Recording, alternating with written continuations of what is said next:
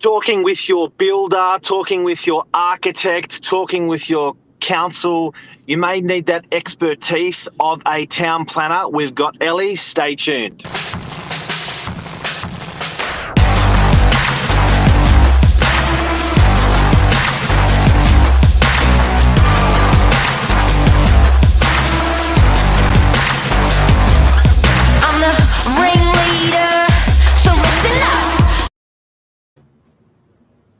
Good morning, gents.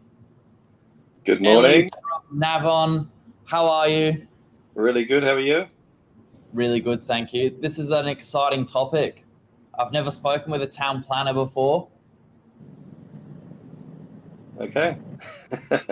Good. Well, welcome. We've got a few questions for you. Sure. But I suppose, Mark, do you want to do the intro a little bit? We were talking a little bit off air about town planning in itself.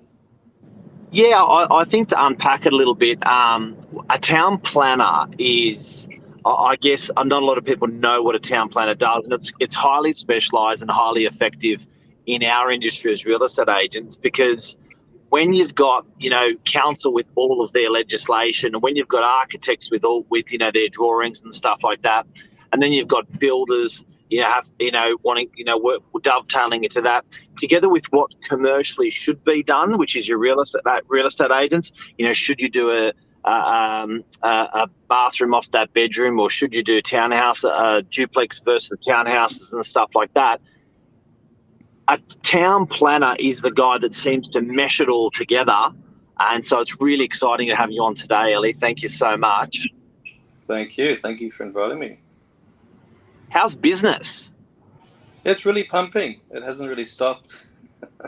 It's been a really busy 2 years for me, and I guess for the property industry at large. And I'm at the coalface with councils. I deal with councils every day on a wide range of projects, and they're really under the pump, which I think is a positive thing, not just for me, but for everybody. It's a really healthy economy at the moment, especially with building. Well, I had a walk around this morning. I was walking around my hood, and the amount of skip bins, builders, I guess it's Monday morning as well, but builders and stuff like that is just astounding at the moment, that everyone is doing home improvements. I think part of it is, people have made some good equity in their homes, their values have gone up, so they're pretty keen to reinvest into something that's been good to them. Yeah, definitely. Plus, people aren't going on their overseas holidays or their cruises. They're just hanging around at home looking, what can I do to improve this, or try get it ready to sell. We should also mention today's the first day where the international borders have officially opened out of 700 or 750 days. That's huge. Oh, that's a statistic. Big. It's big. I can't believe it's been. Yeah. That's almost tomorrow's episode worthy, Mark. I think so. It's bloody exciting. I think there was 5 countries that opened up to us. So, welcome to all the tourists that are coming into town. So, Ellie, you've worked on some exciting stuff. What's the stuff? What are some triumphs that you've had lately in the town planning world? Well, the triumphs, I guess, are trying to keep my clients happy. And when that happens, that's really good. And part of it is that their DAs get approved and not refused. So a lot of councils are really quick to refuse a project, whether it might not comply with 3 things or 10 things. They're really in a rush to approve things, refuse things, or approve things and get it off their desk. So naturally, with most of my projects, there's issues because my clients always want to try push the envelope a little bit, but obviously within reason. And so it's really my job to make sure to curb the project along and make sure that, number one, council doesn't refuse it, and that we can try to reach a compromise. So really, the council controls, only allow. Well, let's say the client wants to do this. Can you see me there? The client wants to do this.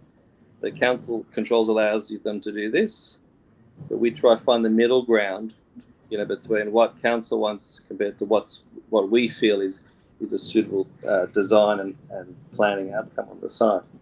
So there's a lot of negotiations between councils, and I guess that's the triumph negotiating through council as well as getting a good outcome, not just for the client, So but for council too.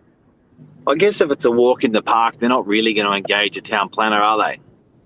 No, that's right. Can I ask, is it small things that are often, causing small issues at the start, or in your experience, is it easy once you get the ball rolling to work with council?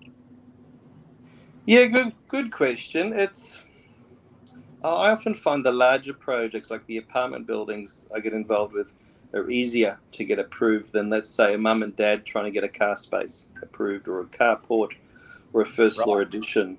So often it's the smaller projects where, and you also you're not going to change the house that much, or you might be building a duplex, whatever it is. It's those smaller projects which I'm finding. Well, I've been finding for a while that they're often the most controversial for council. I'll give you guys a really good example. Last week I got a call from a good connection through LinkedIn actually, and he works for a project home company, and he calls me in a huff and a puff and he says, "Ellie, we put in a DA for just a demolition." So it was a demolition to a semi in, let's call it, the eastern suburbs. And they were going to get an approval for the new house through a certifier called a complying development certificate. That's something we can talk about another time. And he said the council rejected the DA just for a demolition, no building work whatsoever. And I was really surprised, because usually these types of applications are very straightforward. It's just tick a box, we're going to demolish the house, and in the future we're going to build a new house. Very simple. So this guy, this DA attracted over 10 objections from the neighbours. One of them was a barrister. Wow. And all these legal issues. And I admittedly, some of the concerns were probably right. They were saying there's not enough detail about the demolition. It just blew my mind that, I've worked in councils before, and whenever I would get a DA for a demolition, it's like, yeah, it's an hour job, in and out, it's approved. No one really cares. But this really struck me, like, wow. It just goes to the level of detail and how much people complain about things. They just want to build a new house at the end of the day. But it's not entirely the council's fault too. It's that with modern technology, there's so many things you can show council on plans or reports, and council's asking for more information. And it's just... Yeah, wow. So now they've come to me. They've told the client, we're going to get a demolition with a DA, and we're going to get you an approval, let's say, in a few weeks.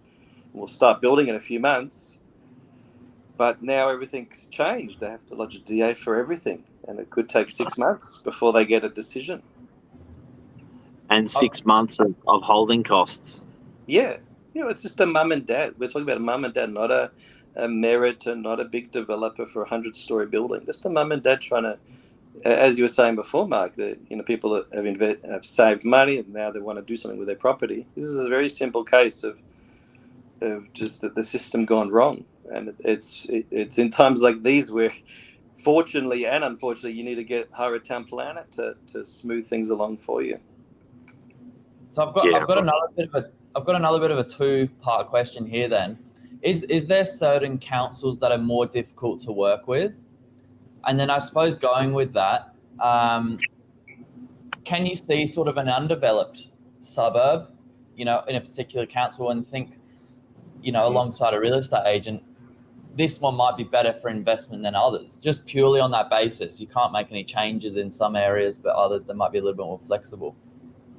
Well, listen, I'm not going to name any councils particularly. I was going to say. I wouldn't like that, but I must. I do have projects in at least 20, 25 councils across Sydney. But I would say, between you and me, don't tell anybody else, they're all bloody difficult. Okay? Yeah. And it's for a whole range of reasons. So I'm not going to name anybody. Really, they're all bloody difficult. But it's a matter of how you get along with them. You can't burn bridges with the council staff. It's, as a Jewish person, we like to say schmoozing. We like to, talk to them, be a good person. And, if you annoy them, if you piss them off, they're not going to treat you nicely, just like in any other relationship or business. So you have to be professional. And that's what I try to do, with every project. So sometimes you have to bite your tongue, but sometimes you might say, well, no, that's wrong. Let's discuss it and come to a solution. I'm not, my clients will tell you I'm not an angry person. I'm not, I'm very laid back, and I think that type of characteristic, people like. You don't want to be aggressive, even though often it's me versus them mentality. But I try smooth the process for everybody. Yeah. So I'm not going to name one particular. People used to say Leichhardt Council, I think, but I think I'll say they're all Pitwater. Pitwater. It depends. I'm not going to name names, but It's all from now, I, Bill, I remember I remember I was with Mr. Triggeroff, and he was saying that that he was getting some developments through there, and he said they were also a difficult one. But I think everyone's got their war stories on probably every council, to be honest. But Ellie, with town planning, obviously there's a lot of practical law to navigate around. But honestly, would you say that belly to belly, good old fashioned conversation would really facilitate and help? Because often I think, and in particular when people have made money in a good property market, when people make money, they're normally more litigious. But putting that aside, do you normally find that if you can be belly to belly with your client, with council, with architects, you can segue a better result a little bit or a lot, or how do you find it? yeah, well, it's relationship building, really. It's a matter of our proposal. We believe is the best. It's going to be the best design, best outcome. We're not going to annoy the neighbours or block their sunlight. So it's a matter of pitching that to council in the most professional way. But at the same time, when you're breaching the planning controls, you need to back that up with solid evidence. Often it involves bringing up court cases and things like that as a precedent. So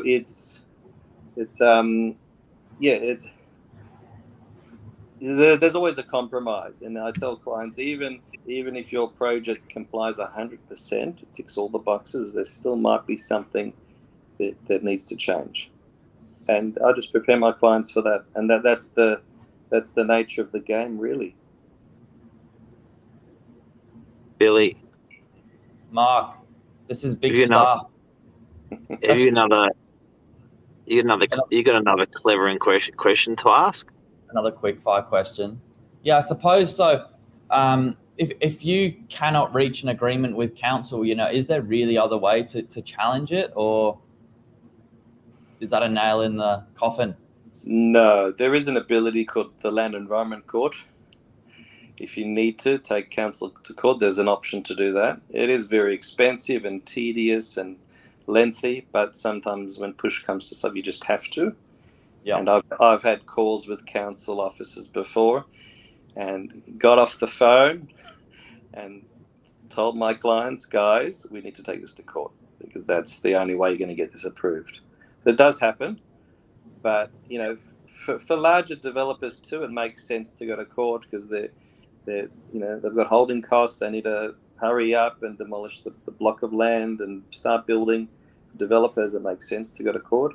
For mums and dads, just want to get their renovation or a car space approved. Often those types of people come to me and say, Ellie, I need to take this to court. And once I explain to them the costs and what's associated with it, they'll say, okay. So in those cases, I tell them, well, why don't we have another crack at it? Let's lodge again a better design, something that's a bit more subtle. But let's try that way. So I always encourage my clients as well as other people to try to have a discussion with the council before they need to take it to court. So that I guess the main option is the most obvious option. The other option is sometimes you need to escalate the DA. So in most cases, you're dealing with the junior staff in council, and these days you are dealing with people maybe just come out of uni, so that they're not the ones making the decision. Anyway, they always have a manager who makes the final decision. So if I'm feeling we're not getting any traction from that particular officer, then naturally we have to escalate it. to the manager.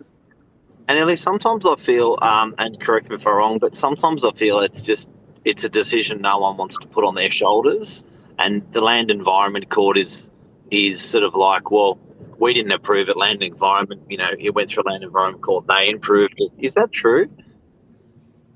Yeah.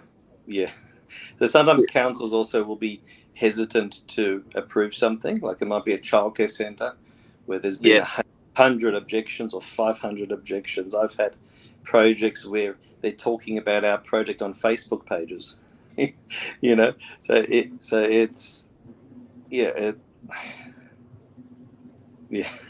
Sometimes it may be a perfectly eligible DA and you're in Land Environment Court over it and you're thinking, what am I doing it here? But it's sort of the lesser of evils where council says, let's just move this potato over. Yeah. This hot potato.